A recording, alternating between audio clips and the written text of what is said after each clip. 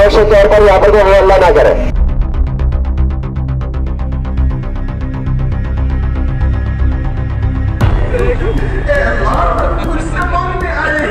तेरे दरबार में अर्जी रखता है, दुनिया की अदालतों में ऐसा अर्जी रख चुके हैं।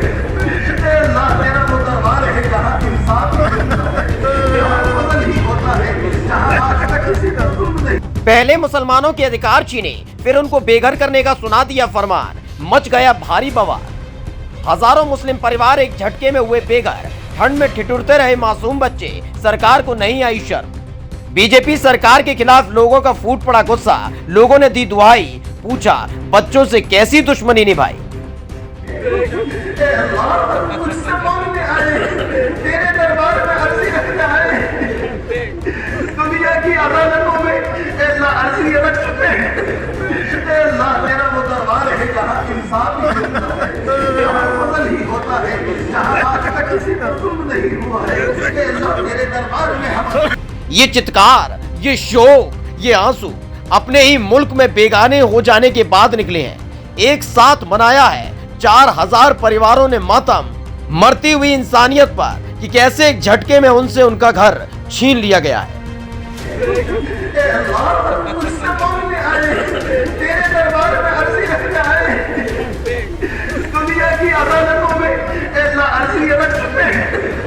तेरा वो दरबार है जहाँ इंसाफ बदल ही होता है, जहाँ आज तक किसी का जुल्म नहीं हुआ है। तेरे दरबार में हम उत्तराखंड की बीजेपी की सरकार ने अपने आका को नए साल के मौके पर एक नायाब तोहफा दिया। तोहफा ये कि जिनसे करते हैं नफरत, जिनको देखकर होती है चिढ़न, ऐसे 4000 मुस्लिम परिवारों को बेघर कर दिया गया है। ठंड के मौसम में कपकपाती रात में अपने बच्चों के साथ जो महिलाएं सड़क पर उतरी हैं, ये किसी समुदाय से ताल्लुक रखती हैं, ये बताने की जरूरत भर नहीं है। ये उसी धर्म से ताल्लुक रखती हैं जिनको 3 तलाक से आजादी दिलाने का ढिंढोरा चुनाव के मौसम में बड़े वाले साहिब पीटा करते थे। अब उनको ही जनवरी की सर्द हवाओं में बच्चों के साथ घर खाली करने का फरमान सुना दिया।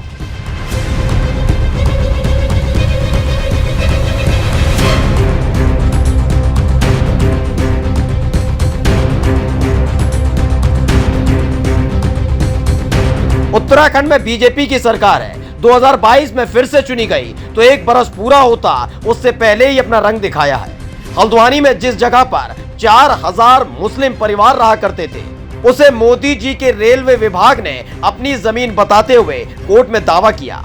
बीजेपी की सरकार ने भी मुंह फेर लिया कि अपने को क्या फर्क पड़ता है, मुसलमान को छत मिले या ना मिले, उनके बच्चे जिस्म को जमा देने वाली ठंड में सड़क पर रहे।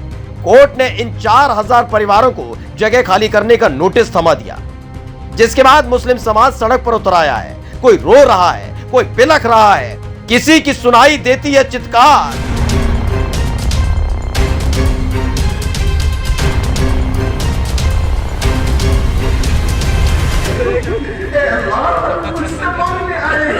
तेरे दरबार में अर्जी रखता है, दुनिया की अदालतों में ऐसा अर्जी रख चुके हैं। तेरा वो दरबार है जहाँ इंसाफ बदल ही होता है, जहाँ आज तक किसी का जुल्म नहीं हुआ है। तेरे दरबार में हम हमारे सरों से हमारी घर की छत खींच जाए, हम कैसे बर्दाश्त कर लेंगे? ये 50,000 का मजबा कहाँ जाए?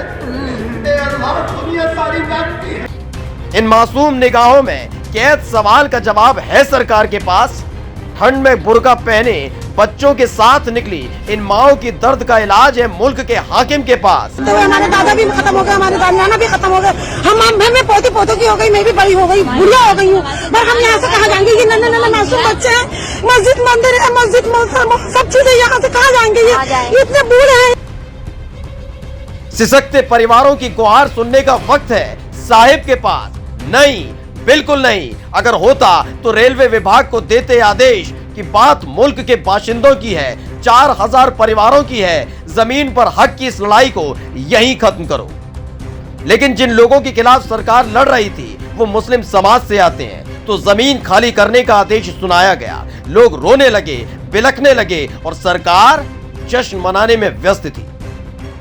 बात बात पर संविधान का हवाला देने वालों ने, बात बात पर कानून का बखान करने वालों ने, बात बात पर देश की तरक्की का गुणगान करने वालों ने मुसलमानों की चित्कार पर अपने कानों को बंद कर लिया था।